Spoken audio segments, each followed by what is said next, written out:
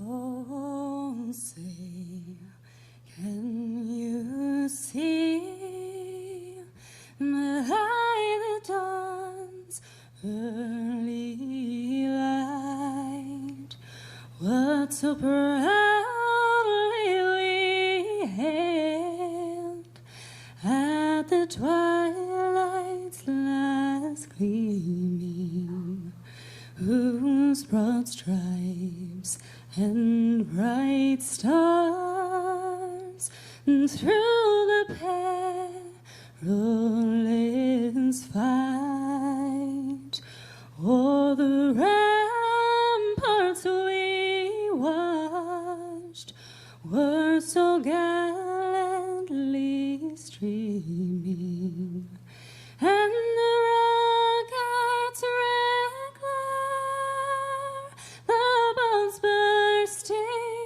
in air, gave proof through the night that our flag was still there. Oh, say does that star-spangled banner yet wave o'er the land of the free and the home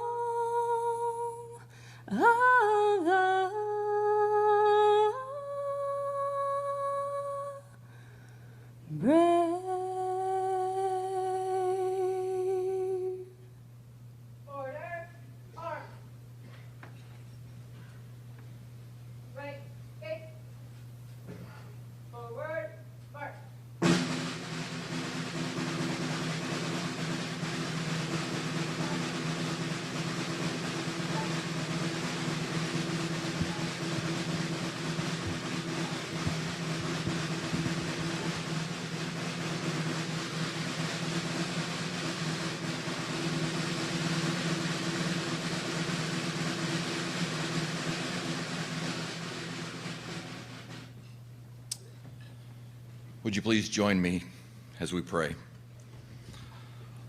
Almighty God, we come before you today to ask you a few favors. First, we ask for the protection of our warriors spread around the world in harm's way. We ask that they will successfully complete their mission soon and return to their own families. We ask that you will be near those families whose warriors are separated from them. May we rally to their sides and encourage and support them as much as possible until their loved ones return. As the great physician, I ask that you would be with our wounded warriors as they get after the rehabilitations and get after life. Be with them. Finally, be with those families who have lost their precious warrior in the service to our nation. May we always be ready to respond to their unique needs. I ask for your blessings on the events of this hour. May everything be done to show gratitude to this great nation and for the privilege of wearing her cloth. I ask your divine wisdom and protection on General Clarke as he begins this new journey as our commander. As always, I ask that you imbue him with the wisdom of Solomon and the patience of Job as he deals with the myriad of issues that will come across his desk. May you always remind him that people are more important than hardware, and the people under his command will be willing to march through the gates of hell itself as long as he keeps that soft truth first and foremost in his thought processes. I ask that you bless his family as they join our Socom family. I ask that Suzanne, Madeline, and Will know that they are now part of our family, and may we rally around them to make them feel at home and welcome. I ask your special blessing to the Thomases for their faithful service to God and country. May they go knowing they have made a difference. May they go to spoil their grandkids rotten. May they go to countless church potlucks and masses together. And may they always go with Barb's bacon-wrapped Smokies to welcome them to their home. May they go to new and unique service opportunities. And finally, may they always go Army and beat Navy. Amen.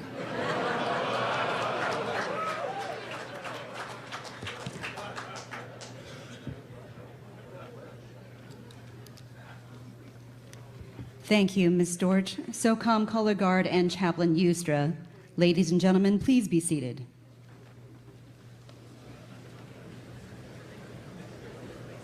Ladies and gentlemen, the Honorable Patrick Shanahan.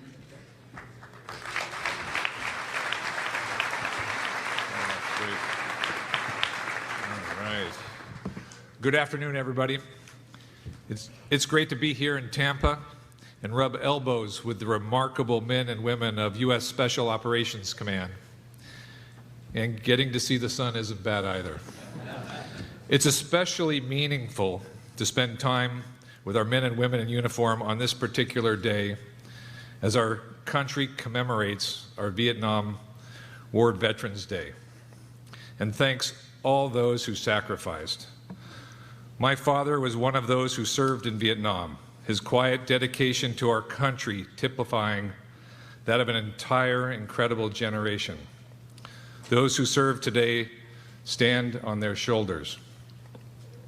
Representative Castor, former Congressman Murphy, Director Haspel, Mayor Buckhorn, Chairman Dunford, General Milley, the Socom team, all distinguished guests from both near and far, including many foreign partners. Thank you for joining us. Tony Thomas and Rich Clarke really know how to draw a crowd. I see the long gray line has marched south, or maybe they came for spring break. Either way, the classes of 80 and 84 are here to support their classmates. What a testament to your loyalty and lifelong friendships. Thank you. I'd also like to give special recognition to the soft wounded warriors here today. And I ask everyone, including those watching at home, to send a prayer for the members of our Socom community who are not here today, those deployed across the globe. May they come home safe. We are here to pass the baton from General Thomas to General Clarke. As we say farewell to a leader who has contributed so much to this community, we welcome a new commander who will ensure our special operators continue to plan, conduct, and support critical missions in a dangerous world at a demanding pace. A special thank you to the families who also serve. playing a vital role in this community and supporting our warfighters. First, the Thomas family. To Barb, Tony's staunch partner through 35 years of marriage, congratulations on your upcoming anniversary 3 weeks from today. A special thank you to your two sons, Mike and Tony, two more proud members of the long gray line, for their support and service. I also want to welcome your three grandchildren who are here today, Violet, Ray, and Ford. Thank you for all the joy you bring your grandpa. Joan Thomas, I know more congratulations are in order since 1 week ago you became a grandfather for the 4th time. Let's hear it for the West Point class of 2041.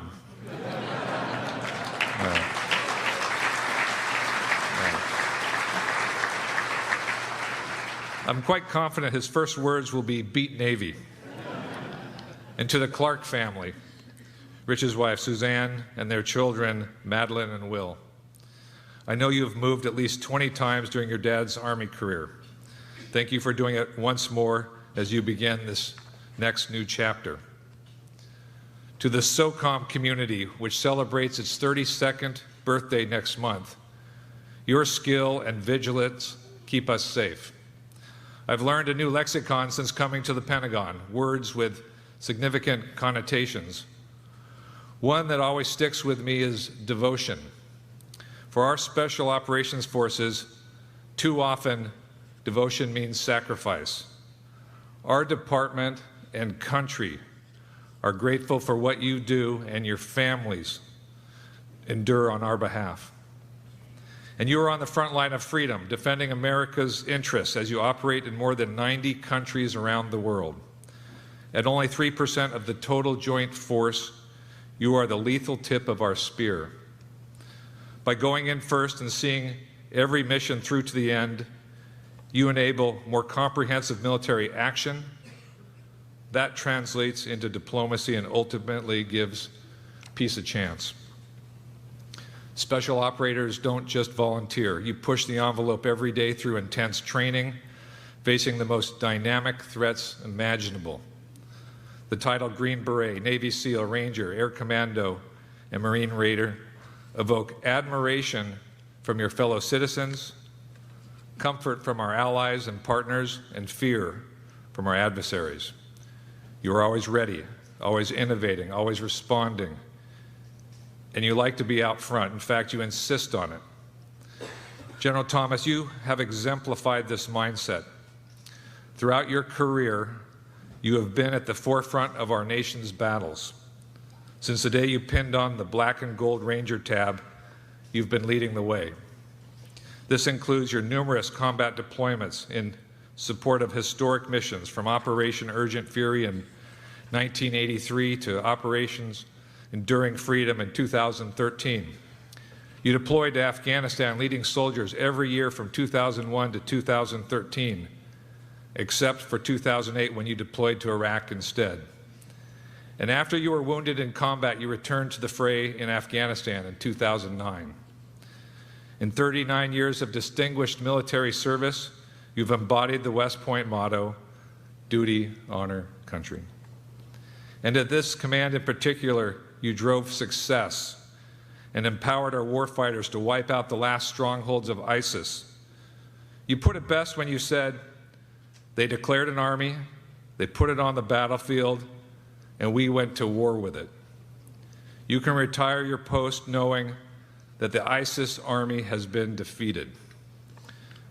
During your tenure, you have dedicated yourself to those you lead, to constant innovation, and to proactive problem solving. And your commitment has without question resulted in a more capable and resilient force. First, your people. You have been a staunch advocate for the men and women of the Socom community, institutionalizing preservation of the Force and Families program, and personally emphasizing physical, mental, and spiritual health of our operators. Before you took command, it was normal for a special operator to spend as much time deployed as at home. You changed that paradigm. Now special operators spend almost 70% of their time at home alongside loved ones.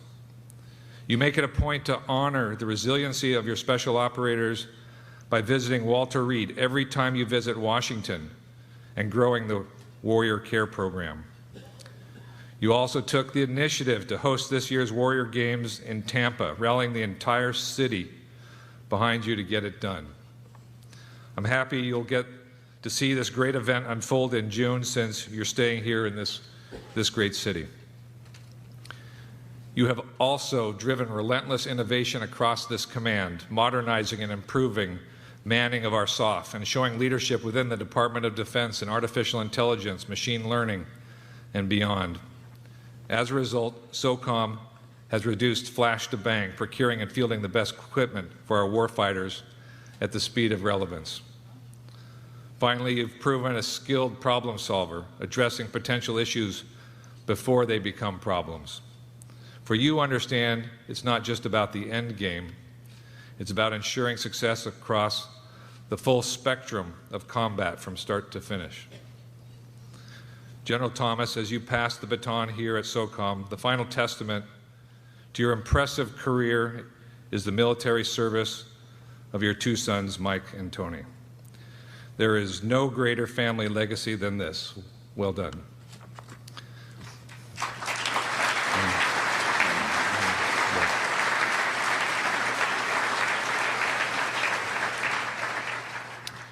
As one remarkable leader departs, another stands ready.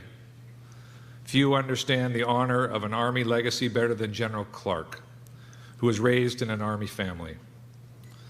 Throughout his career, he has stood apart as a team builder, exemplifying the best our military has to offer in an incredibly complex security environment. He sets high standards for himself and those he leads, and reaches them with a potent combination of motivation, training, responsibility, and vision.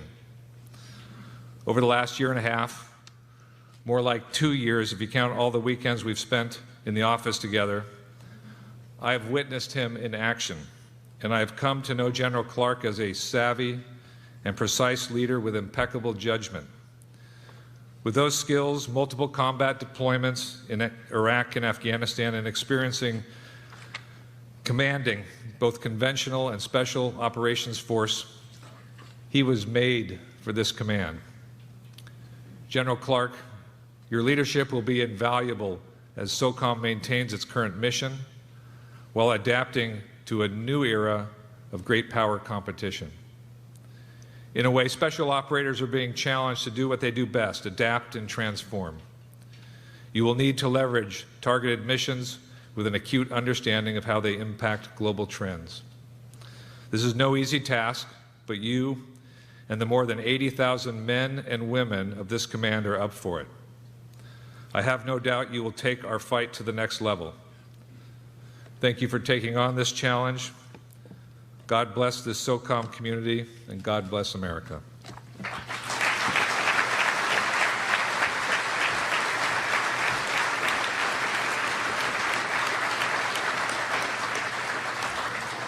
Thank you, Mr. Shanahan. Ladies and gentlemen, General Raymond A. Thomas III, Commander, United States Special Operations Command.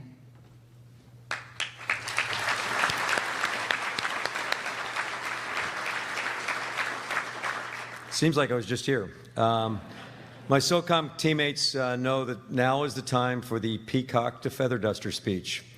My Brit counterpart, when he stood down from being the Director of Special Forces a year or so ago, in typical Brit fashion, told me, Tony, you know, an occasion like this, when you give up a command like this, reminds me of the old adage, peacock to feather duster.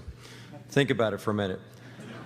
I'm just about to relinquish the greatest special operations command on the planet, and I'm bound to be an Uber driver, right, Bob? Here shortly. I actually used that line in my recent testimony for the Senate, and I said it as much to steal a march with our senators who were about to interrogate me. And I said, I know that might sound haughty. I know it might sound a little bit arrogant, but it's fact. The men and women of Socom back it up every night, as they are every night and every day, as they are right now around the world. Barb noticed when I gave that testimony that I might have croaked a little bit. There might have been a little thing that creeped up my voice when I said I'm about to relinquish this command. And I did. It was only my spouse, my best supporter, would notice that. But internally, I quickly countered myself by saying, there is no crying in baseball. Cut it out. So let me be the first to congratulate Rich Clarke on assuming command of this tremendous organization. I have known and worked with Rich for several years, and he is the right man at the right time to take Socom to the next level. Rich, to you and Suzanne, welcome, and I hope you enjoy this experience as much as Barb and I have. I join the ranks of your predecessors, several of whom are here today, and who were always available and helpful to me, and hope you won't hesitate to leverage me in any way to help the command in the future. Sensitive to time at the end of 2 days of intense speechifying, it's been a long one, I'm going to forgo running through the extensive list of folks to thank for arranging this event, for being here, and for the support provided to Socom on a daily basis. It runs the gamut from the senior leadership from the department here today, to our solid interagency and international partners, to elected representatives, to the leaders of this amazing supportive community, and last but foremost, the great men and women of the United States Special Operations Command.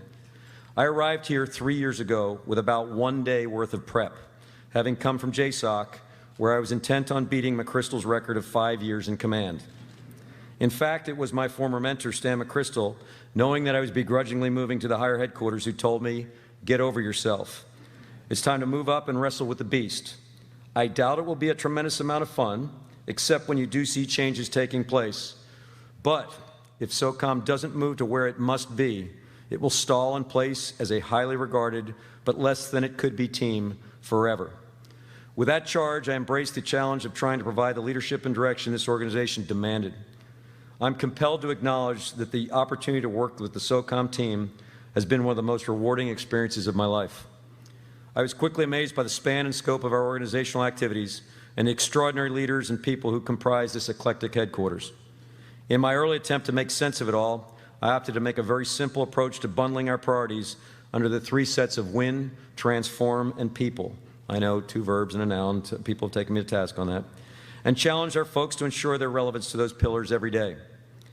This has been an extraordinary period of time in terms of operational tempo and transformation. The word relentless comes to mind. We have maintained a laser focus on our designated #1 priority task of countering violent extremists and have played an integral role in the successful prosecution of that fight.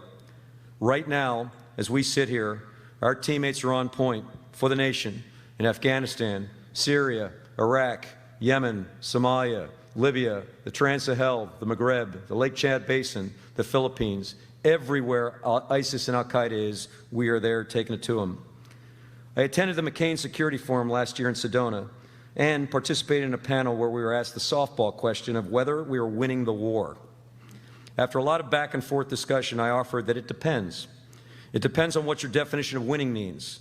I offered my opinion, not necessarily the opinion of the department, that if you were gauging that question on the solvency of any of the half-dozen or so countries where we were actively fighting the scourge, you might be inclined to question whether we are winning. However, if you base your decision on winning on the purpose for which I believe we first deployed 18 years ago, that being to ensure that we would never, ever have another 9/11, I think you could make the very forceful argument that we are succeeding in defending the nation from an adversary who is absolutely bent on conducting 9/11 redo. I can only bring up to you examples of Abdul Muttalib, the underwear bomber, over Detroit, and Faisal Shahzad for people who dared to try and almost succeeded. This is the latest, greatest chapter in that evolution. Our partners, the Syrian Democratic Forces, and the defeat of the physical caliphate have been recently proclaimed. The plan and design and execution for this campaign, despite some of the public sentiment, were developed by junior officers and NCOs. No senior officer, general officer can claim credit to it, where we developed a 60,000-person surrogate force that did most of the fighting and dying forced in defeating that caliphate. An example, the epic crossing of the Euphrates River of several thousand surrogate fighters under fire was led by a Special Mission Unit Sergeant Major. The siege of Raqqa, led by a Sergeant Major who was tragically killed later on in a freefall parachute, is one for the ages. Brett McGurk, I saw you here today. I'd be remiss if I didn't give you just a ton of credit for being a great teammate in this epic effort. Some of you don't know the rest of the story, but Brett McGurk was designated as this president's special plenipotentiary, his lead officer, with all the power that entailed. And he was a man that never stopped moving. In fact, we always wondered where Brett was on occasion until we both got persona non grata out of Turkey eventually. Brett literally was the consummate diplomat throughout this fight. We went out to Kobani early on, met with General Masloum. I think we were the first ones to meet with him on the ground out there, and he was able to commit to him to a level to keep that force in the fight and drive them to the table while we hope they are part of the future of Syria. Brett, thanks, just historic, epic effort on your part. This effort, the most aggressive away game possible, has not come without considerable cost.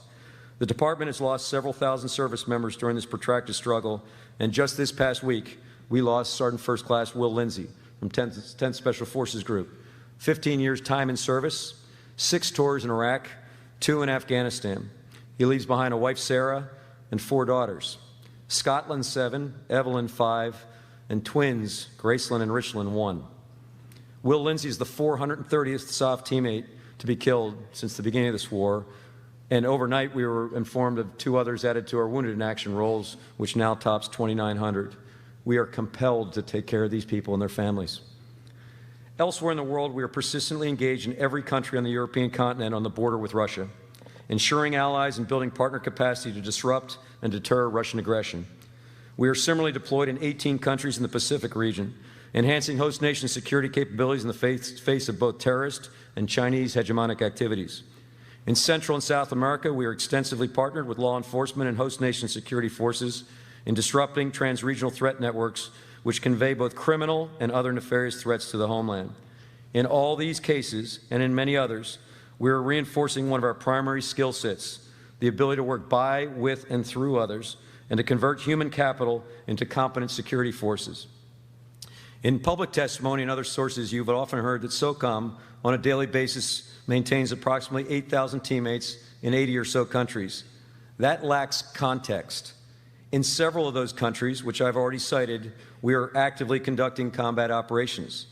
However, in the great majority of other countries, roughly 75 to 80%, we are there at the invitation of a host nation, working by, with, and through them to create or enhance security forces left of bang, left of crisis, so that the respective countries are capable of handling their own security challenges without the need for deploying large numbers of U.S. service members to do the same. I believe this to be a prudent investment in our security and a great platform pursuing our national interests and promulgating our national values. Interestingly, at that same Sedona conference I attended, he had not been confirmed yet to be the Secretary of State, but Secretary Pompeo was asked that question. What's our foreign policy about? Is it pursuing national interests or national values? And because he was topping his class in West Point, that flummoxed me. I didn't know how he was going to answer it. Because he's topping his class at West Point, he didn't even blink an eye. He said, I think it's both. We're pursuing both our national interests and our national values. 8,000 folks in 80 countries, 75% left to bang, building partner capacity so they can deal with their own security challenges, precluding the need to deploy large formations. Again, I think it's a sound concept. During the past 3 years, we have continued to generate and provide the geographic combatant commanders with the best special operations forces in the world. However, it is in our other role as a combatant command, and more specifically a combatant command with global reach and effectiveness, where we have experienced the largest transformation. We now own and operate 3 major mission sets for the Department of Defense: countering violent extremism, countering weapons of mass destruction, and messaging counter-messaging for the department as the designated coordinating authority for those respective missions. Countering weapons of mass destruction mission development has gone extraordinarily well over the last couple of years, especially based on the great partnership with DTRA and Vail Oxford. Vail, I know you're here today. Thanks for all you do.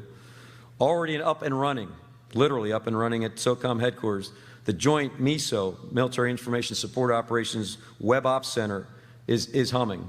It's a great opportunity for us to help the department compete in the information environment, and an even more exciting platform for applied artificial intelligence. More on that topic, my passion, in a moment. We are accomplishing all of this with a relatively small force. Only 2% or so of the overall DoD, but totaling 86,000 military, civilian, and contractors who are some of the most extraordinary problem solvers in our national security arena. 2% of the DoD budget and about 2% of the DoD manpower. Exceptional return on investment. I'm often asked in congressional and OSD channels about the pressure or strain on this force, and it's undeniable. This command has been at war for 18 straight years now, and almost always in some form over the entirety of the organization's 32-year existence. My personal career has tracked almost in parallel with the evolution of this command. In April 1980, my classmates out here will remember, we were served the New York Times on the morning, a month out from graduation, where we woke up to the front page headlines about the debacle in the desert. You saw a few pictures of that. Desert 1, Operation Eagle Claw. We didn't discuss it. It was just another bad day for the United States of America. Again, a shortcoming of the military academy at that time.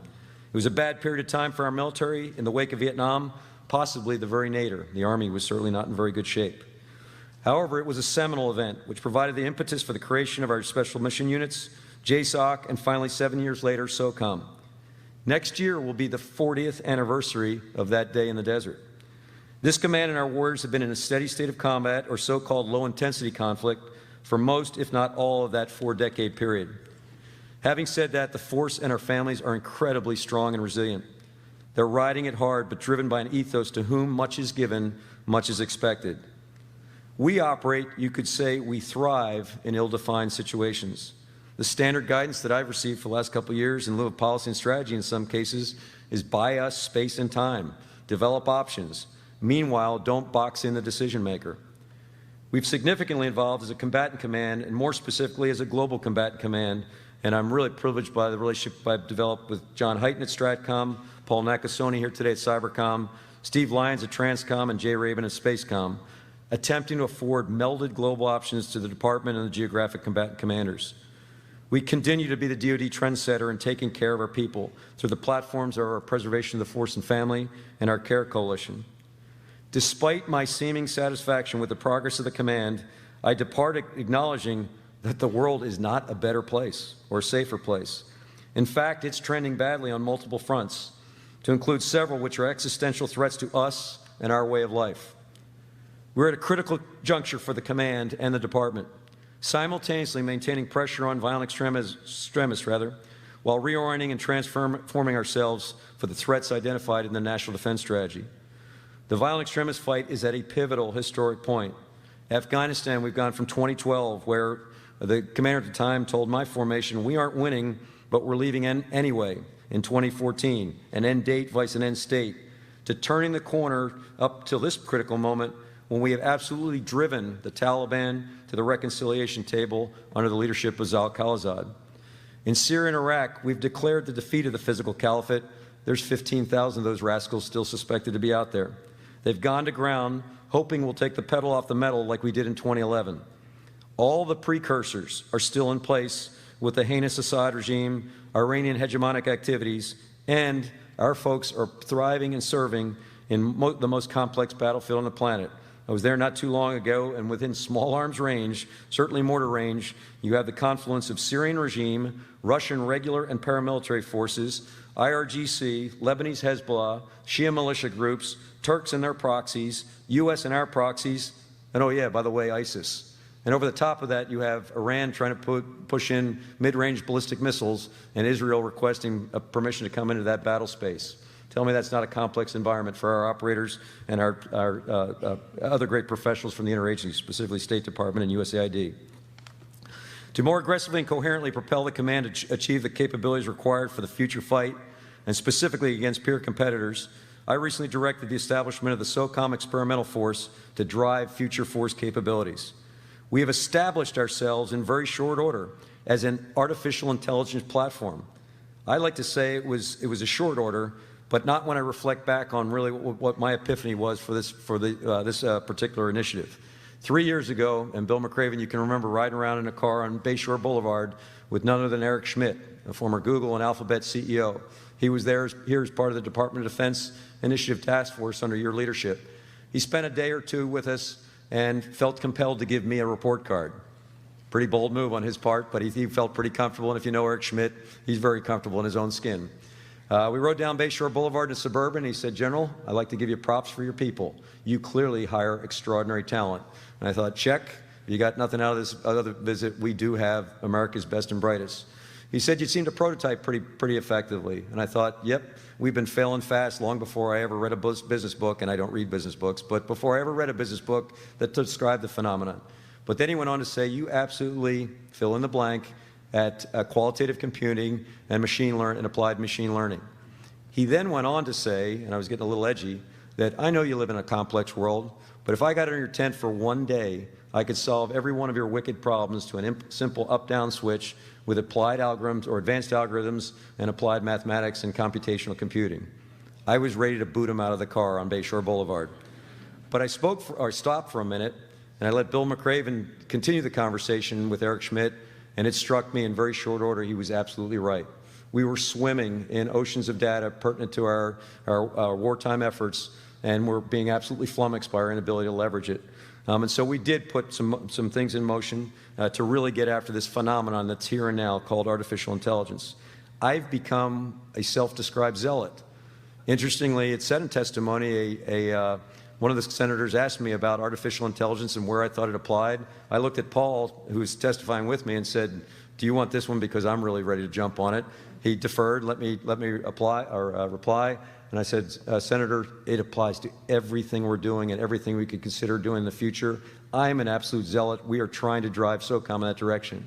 My oh-so-supportive youngest son, Michael, who's here with us today, texted me right after that session and said, "Dad, if you're a zealot for artificial intelligence, I'm Steve Jobs."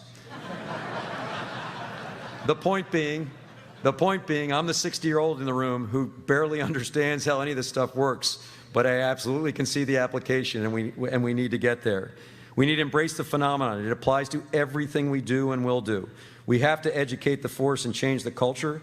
We're aggressively pursuing small wins in targeting, predictive maintenance, logistics, information operations, everything.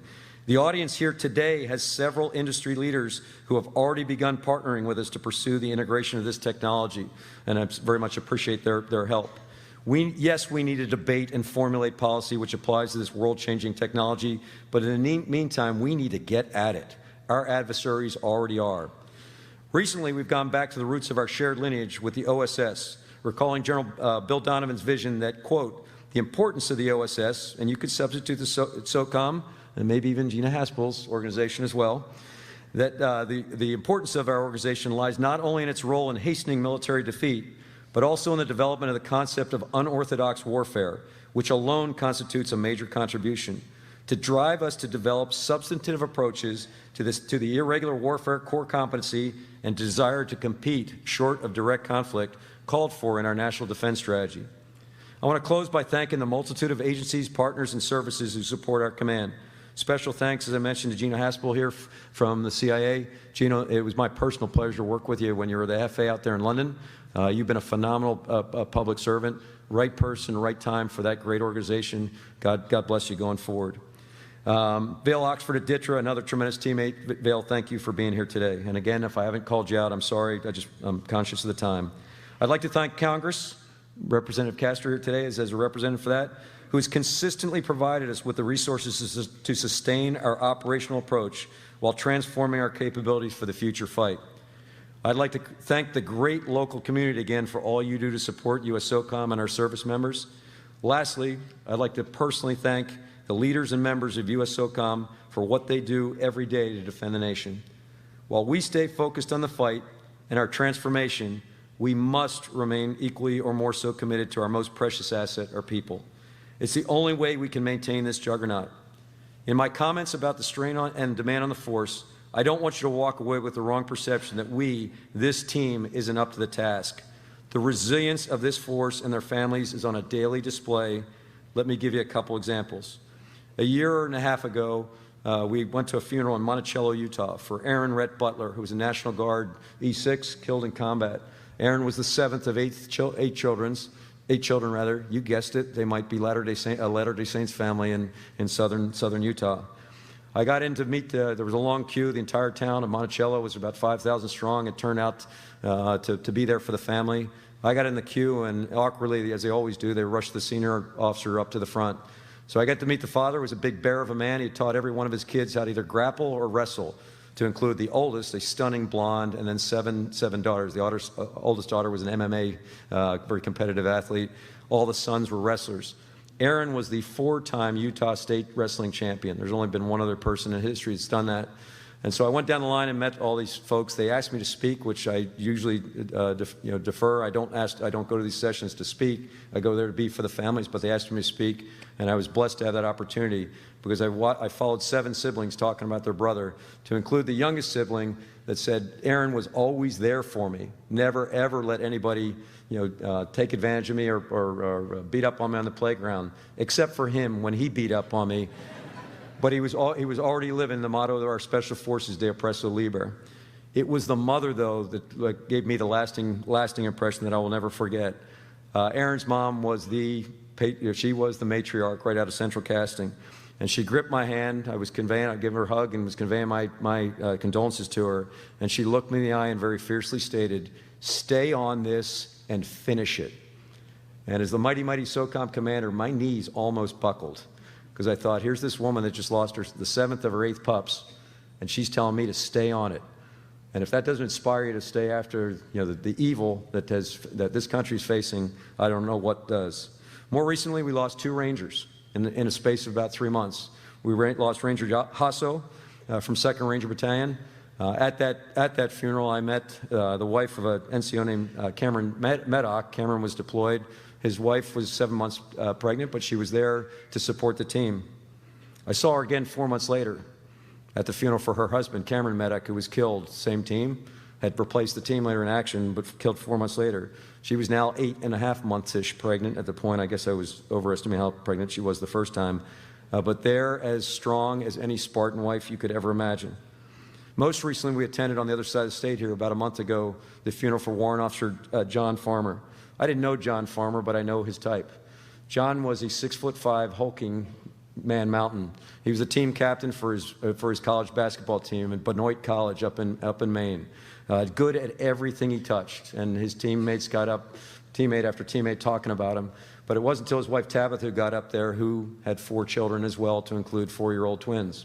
And Tabitha got up on the altar, and for us, told us that the question she was always asked was, how do you do it? How do you stay the spouse of a Special Forces officer or Special Forces operator through all this stuff? And she said, interestingly, John would ask her the same question every time before he deployed. But then he would pick her up, 6'5", bear of a man, look her in the eye and say, "You got this," which is typically what we do with our spouse. "You got this. It's only 4 kids. I'm going off with my teammates to combat. You got this. How hard could it be?" And so Tabitha, as she alternately was fighting off fits of crying and fits of smiling, remember her man up there, turned to all of us and said, "Don't worry. We got this." That's the resiliency of our force. I'll close by telling you it's been my personal and professional pleasure to work with this amazing organization and its people. God bless this command as it continues to do the nation's bidding, and may God continue to bless this great country. Thank you very much.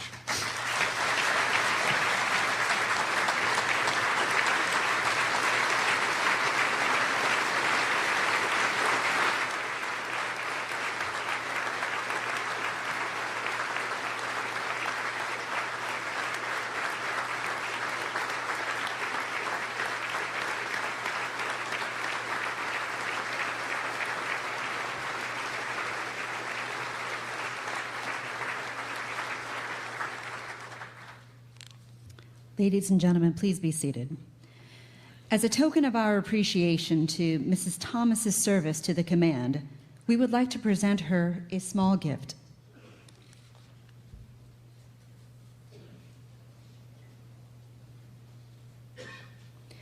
The change of command is a military tradition that is rich with symbolism and heritage dating back to medieval times.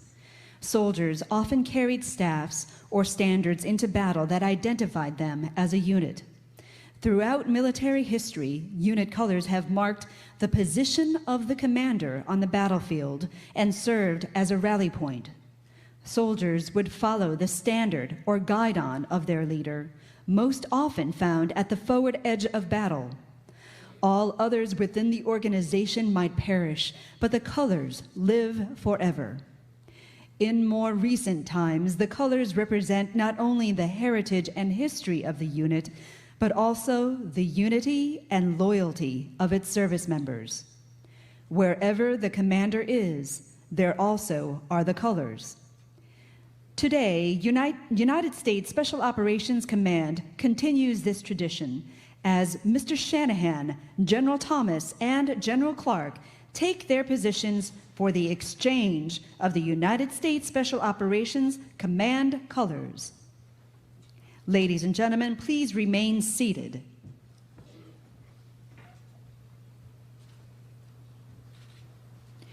The Command Sergeant Major is the keeper of the colors. As a senior enlisted soldier in the unit, he is the spokesman for both the loyalty and the concerns of the soldiers, and he is the principal advisor to the commander. The passing of the colors from the Command Sergeant Major to the outgoing commander signifies his last act of allegiance to that commander. At this time, Command Sergeant Major Pat McCauley is passing the colors to the outgoing commander, General Thomas. General Thomas relinquishes the colors to Mr. Shanahan, thereby signifying termination of his time in command. Mr. Shanahan presents the colors to the new commander, General Clarke, charging him with the responsibility for mission accomplishment and the welfare of his force. General Clarke assumes command and returns the colors to Command Sergeant Major McCauley, signifying his acceptance of command responsibility and the continuation of the mission.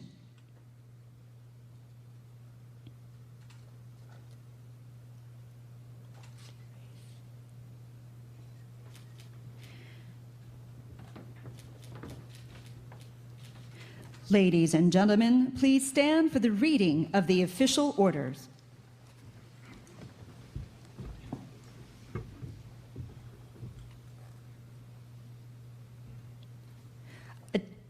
Attention to orders.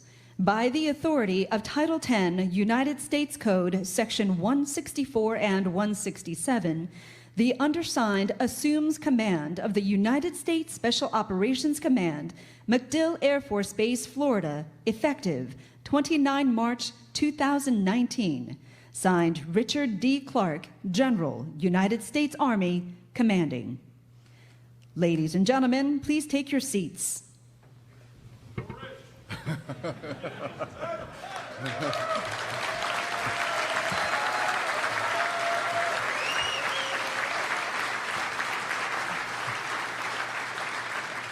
Ladies and gentlemen, General Richard D. Clarke, Commander, United States Special Operations Command.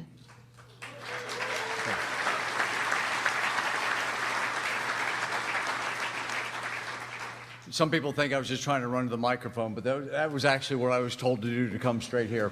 But yes, I was excited. And so to the class of '84, thanks for that shout out. I appreciate it. We will not do an 84 to 80 comparison whatsoever. Secretary, Director, Chairman, elected officials, all former Socom commanders, combatant commanders, chiefs, but most of all to the men and women of the Special Operations Command who are the reason we are here to celebrate. Thank you. Thanks to all of you. I make a special note of thanks to the 82nd Airborne Division Band, the All-Americans. Undoubtedly, you're here due to proximity, but there are no closer ties to any Army division to the Special Operations Command than the All-American Division. And today, 1/3 of all Socom commanders and current commander, 1/3, all were 82nd Division commanders, and probably all of them have some ties if they were in the Army. General Thomas starting his career in the 82nd, so did General Milley. Secretary Shanahan, thanks. Your kind words honoring the warriors of Socom, and for your and President Trump's trust and confidence in me to assume the mantle of this great command. I still recall my first meeting with you in the Pentagon shortly after your arrival 2 years ago. I was struck by your relentless pursuit of innovation, prioritization, but most of all, your drive to think differently. And you always focused on outcome and not on the bureaucratic process. It was about getting it done. And it was getting it done for this department and most of all for the men and women who are out fighting for us. So, Secretary, thank you.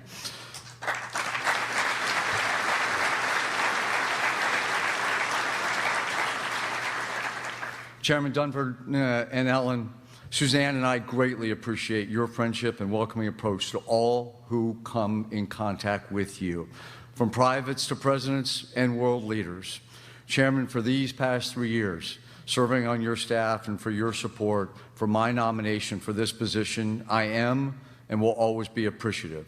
But most of all, I'll be appreciative of the example you set for the countless members of the Joint Force, your strategic leadership, and clarity of thought that maintains this joint force on the proper trajectory. Chairman, thanks.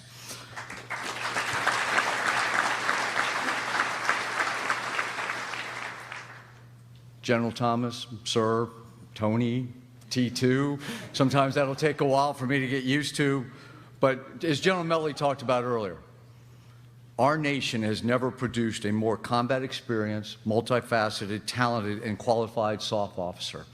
I have had the privilege of working for you and around you for really coming up on 2 decades. And to say that you have passion is an understatement. That passion manifests itself in a relentless drive for excellence because you know that the stakes are high in terms of accomplishing the most sensitive and important nations, as is the importance of our risk to force.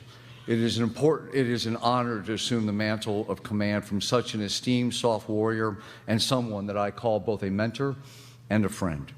Barb and Tony, thanks for all that you have done for this command, but what you will continue to do is we are so glad that you will remain local here in Tampa. Thank you.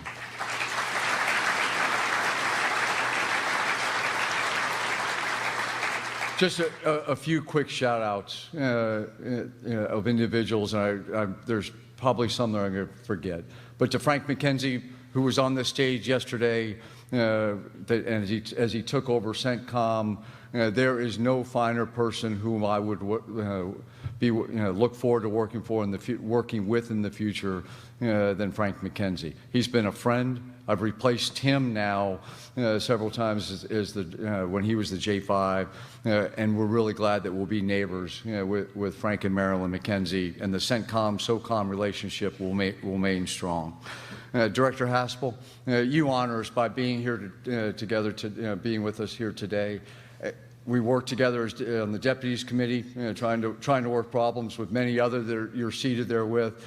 But by your presence here today, you honor SOCOM, but you also highlight to both of our workforces how important this SOCOM-CIA relationship is. So thank you for being here.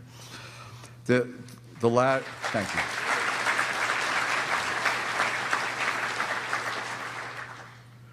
The last individual that I will highlight today really epitomizes everything that this command is about, what we stood for, what we stand for, and that's Sergeant First Class retired Corey Remsburg. He is one of several wounded warriors here, but he is the one with whom I have had the most contact. When I first entered 1st Ranger Battalion in the summer of 2004, I was doing a barracks walkthrough on day 1.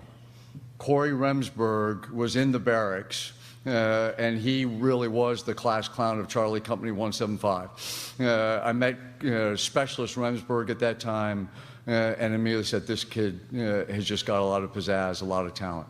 I continue to watch Corey's career as the 175 commander, watch him get promoted, and the Ranger Regimental commander, continue to watch his career grow. And then as I'm the JSOC J3, we'd had an extraordinary firefight in Afghanistan.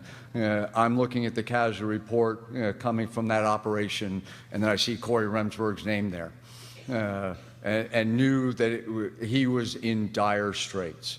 A couple weeks later, I visited him in the hospital in Bethesda, Walter Reed Medical Center, and he was in extreme coma, was not sure if he was going to make it.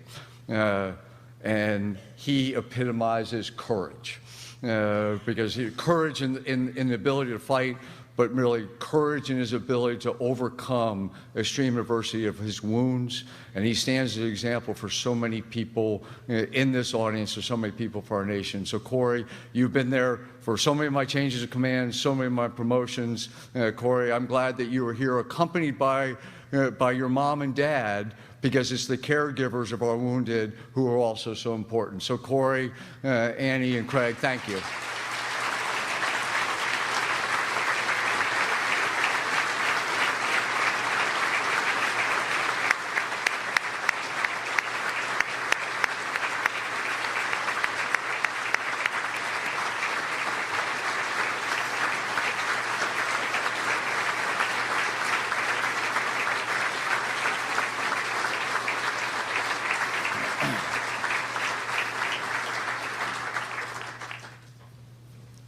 Since World War II, we have had a perfect record of predicting future wars, and that record's 0.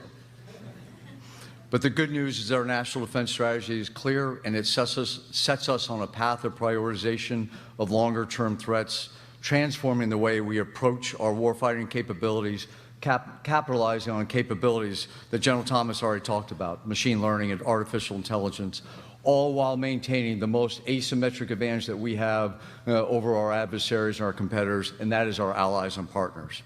What I pledge is that Socom, working with the Joint Chiefs of Staff, our interagency partners, and through the geographic combatant commanders, will remain laser-focused on the current terrorism fight, but also to continue developing capabilities and place continued efforts on the longer-term threats by ensuring that we are capable of operating in the competitive space and setting conditions on the edges that makes our adversaries wary. I first joined the Rangers over 27 years ago, and since then have come in and out of Socom unit. Every time we left, Suzanne would say, we really need to get back, never knowing that this would ever be a possibility after each in and out. There was one reason for wanting to come back, and that is the people, the quality members of this great team and their families, and that is why we are ecstatic to rejoin the Socom team today. The warriors of Socom are critical to addressing global challenges. They provide our nation experience, quiet professionals, mature warriors, driven to excel and win, who are disciplined, resilient, and persistent problem solvers. But most of all, they love this country, our way of life, and are willing to lay down their lives on the line in constant pursuit of mission accomplishment. Together, as we gather here in this auditorium, there are thousands of these professionals spread throughout the globe, defending our freedoms, many in harm's way. They don't know and they don't care that this ceremony is going on. It is the furthest thing from their thoughts, and that's a good thing. They are focused on their mission at hand, and they are following their given orders. For all those warriors in Socom deployed or preparing to do so, I commit to you my utmost each and every day to ensure that you are adequately resourced, have proper command guidance, and the appropriate authorities. I will embrace my role in Socom each and every day and work to my absolute utmost to accomplish the critical missions of this command. I'm humbled and honored to assume the ranks of this command, but most of all to be amongst the finest warriors our nation has ever known. Suzanne and I give our sincerest thanks to all of you and all of your families and what you do. God bless this command, this great country. Rangers lead the way. Thank you very much.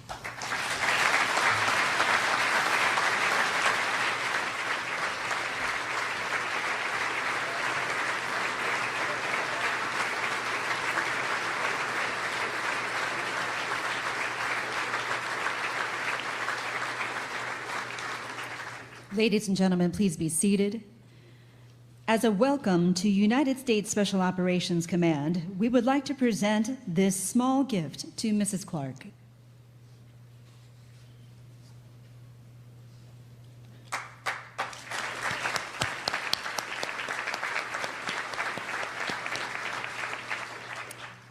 And then one last time for the day. Ladies and gentlemen, please stand for the playing of the service medley and remain standing for the departure of the official party. you.